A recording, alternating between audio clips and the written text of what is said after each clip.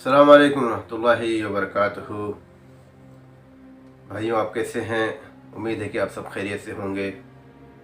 मैं आज बात करना चाहता हूं कि कुर्बानी के जानवर जो आप ख़रीदने वाले हैं या आपके पास है तो किस तरह के होने चाहिए और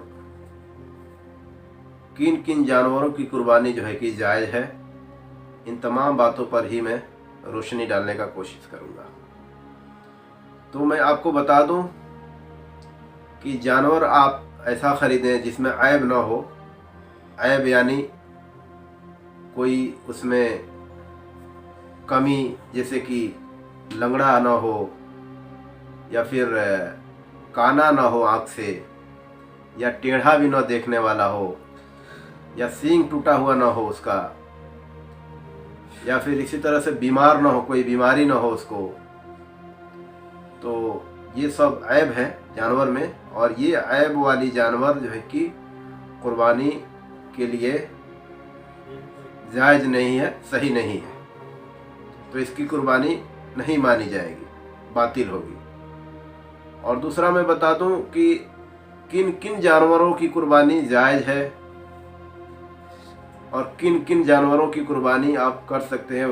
उसके अलावा दूसरे जानवर की कुर्बानी नहीं कर सकते।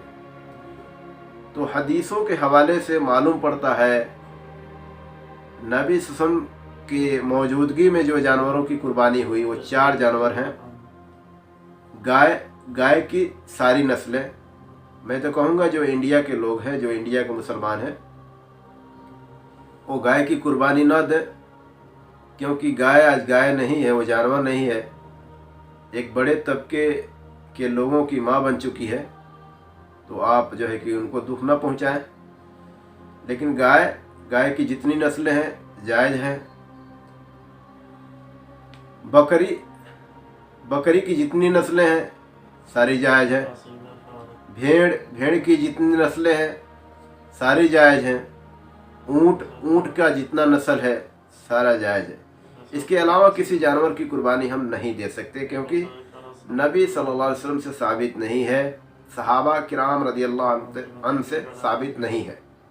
जैसे कई जगह इंडिया, बांग्लादेश, नेपाल, पाकिस्तान, ये जो मुल्क है, चाइना, यहाँ के लोग जो है कि भैंस की कुर्बानी करते हैं। तो भैंस की कुर्बानी जायज़ नहीं है, क्योंकि साबित नहीं है नबी सल्लल्लाहु अलैहि वसल्लम से और सहाबा से साबित नहीं है।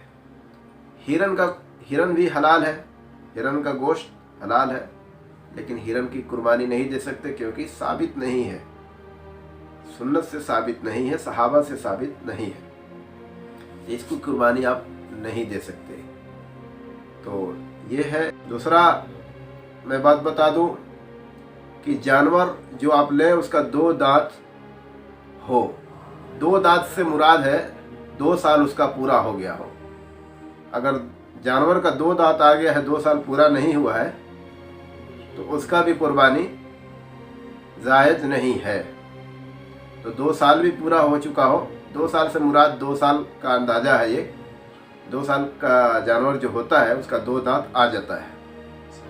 तो आप उसका साल भी पता कर लें कि कितने साल का जो है कि, या कितने महीने का जानवर हो चुका है। तो 2 साल होना चाहिए।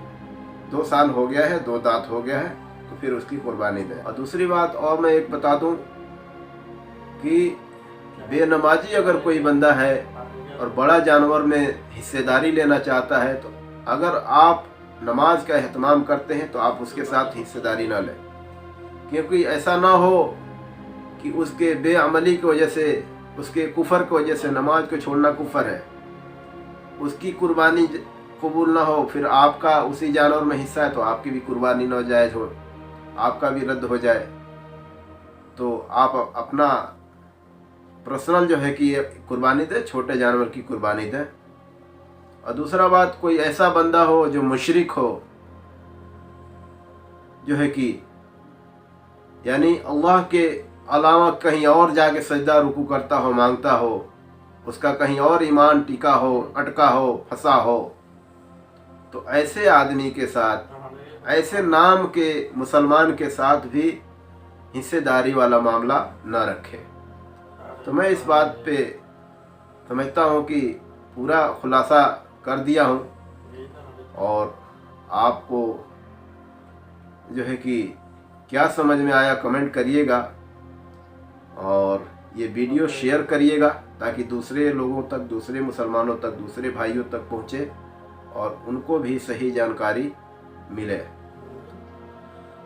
इसी के साथ मैं अपनी बात को ख़त्म करता हूँ, फिर अगले वीडियो मिलते हैं। अस्सलाम वालेकुम रहमतुल्लाहि व बरकातुहू।